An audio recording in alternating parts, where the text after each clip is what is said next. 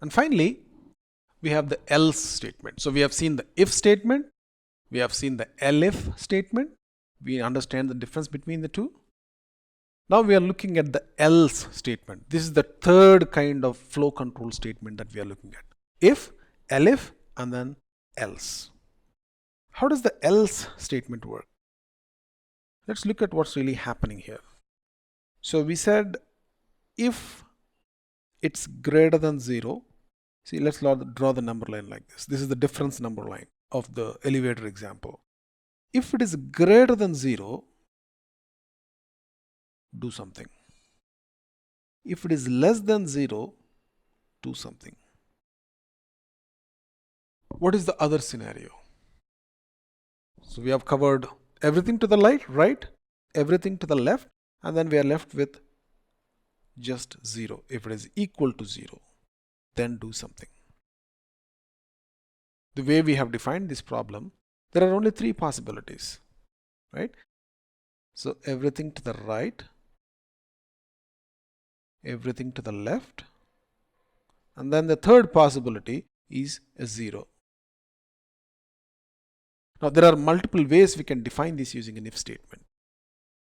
For example, if difference is greater than 0, then execute this block.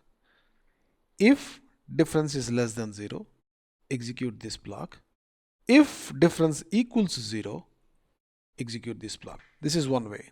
Another way is if d is greater than 0, execute this block.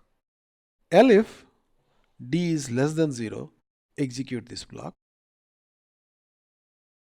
And then you can have multiple elifs. And then you can say elif d equals 0, execute this block. Right? 3 possibilities. Another way to do it is if d is greater than 0, execute this block. If d is less than 0, execute this block. Else d is equal to 0, execute this block. In fact, you can do an elif here as well. Elif d is less than 0. Now, 3 ways, all 3 ways achieve the same thing.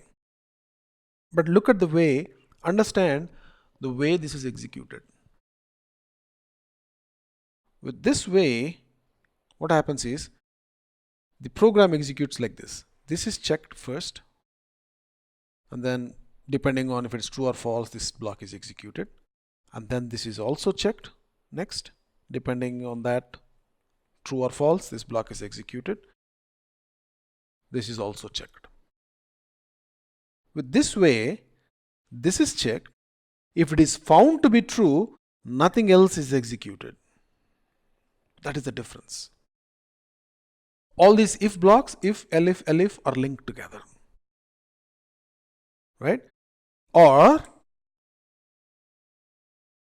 if this is found to be false, then this is not executed. Okay.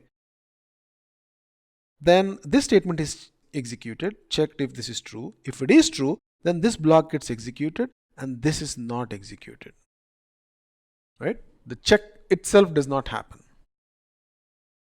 Now with the else block, if d greater than 0, this is executed. Okay, that's the first check.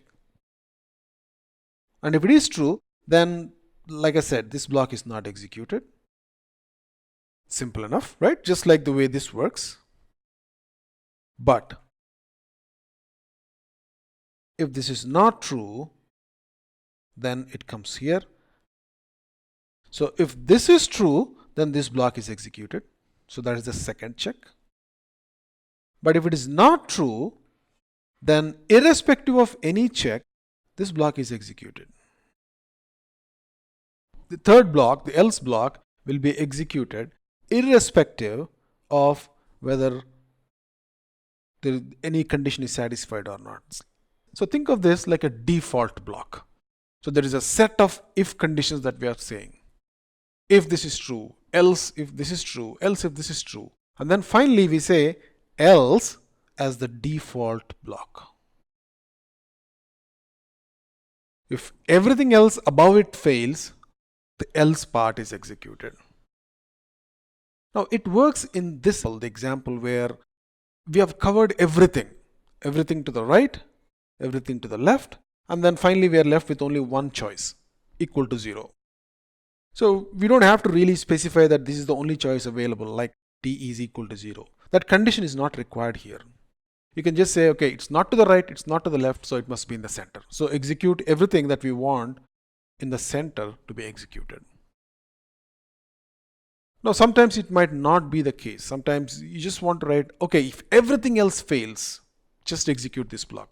And that's where you have the else statement, where the default logic will be applied. Okay, let's look at the same example that we have seen. So user floor, blah, blah, blah. And then if the difference is less than 0, move down. The difference is greater than 0, move up. Else, meaning it's neither less than 0 or greater than 0. What do? It's on the current floor where the user has already pressed. Say the user is on floor 5, the elevator is on floor 5. What should the elevator do? Just open the door, right? So if it is greater than 0, do something. If it is less than 0, do something. If not, sorry, let's do an elif here. Elif, right? And then finally an else. Else, meaning the user and the elevator are on the same floor. Else, say print open door. All you have to do is open the door, right? So let's set the emergency to false. Execute. And then here the user is on a different floor, the elevator is on a different floor, so there is either a moving up or a moving down that will happen. Okay, so move down. Okay, now say the elevator is on the 4th floor and the user is on the 4th floor. Now what happens? So this will fail, and it will default to the else block. And then open, the elevator should just open the door, right? It just opens the door. So that's the else block.